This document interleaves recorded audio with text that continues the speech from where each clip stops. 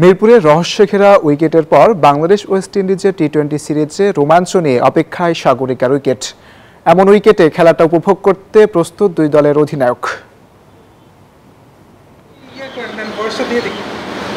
স্পিনারদের মুখে হাসি আর ব্যাটসম্যানদের কপালে ঘাম, এটাই যেন মিরপুরের গল্প, যেখানে কখন বল থামবে কখন লাফাবে সেটা কেউই জানে না, এমনকি পিচ নিজেও হয়তো না। তবে চট্টগ্রামে দুই দলের খেলোয়াড়দের জন্য অপেক্ষা করছে স্পোর্টিং উইকেট, যার কারিগর বীরশ্রেষ্ঠ মতিউর রহমান স্টেডিয়ামের কিউরেটর জাহিদুর রেজা বাবু। জানিয়ে বেশ রোমাঞ্চিত টাইগার অধিনায়ক লিটন দাস জানিয়েছেন এই উইকেটে ব্যাটারদের বাড়তি দায়িত্ব নিতে হবে, সেই সাথে প্রতিপক্ষ যে এমন উইকেটের ফায়দা নিতে মরিয়া তাও বেশ ভালোই জানা লিটনের।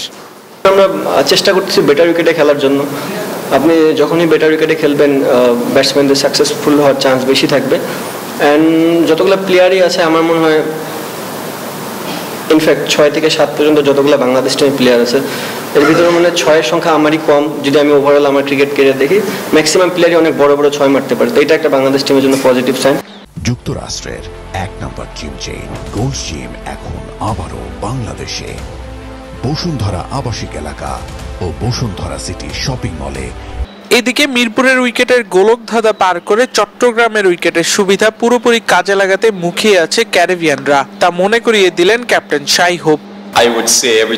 আমরা চট্টগ্রামের এই উইকেটে খেলার জন্য মুখিয়ে আছি। এটা ভালো উইকেট আমাদের জানা, ব্যাটাররা সেভাবেই প্রস্তুতি নিচ্ছে, ভালো রান হবে এটা বোঝা যাচ্ছে।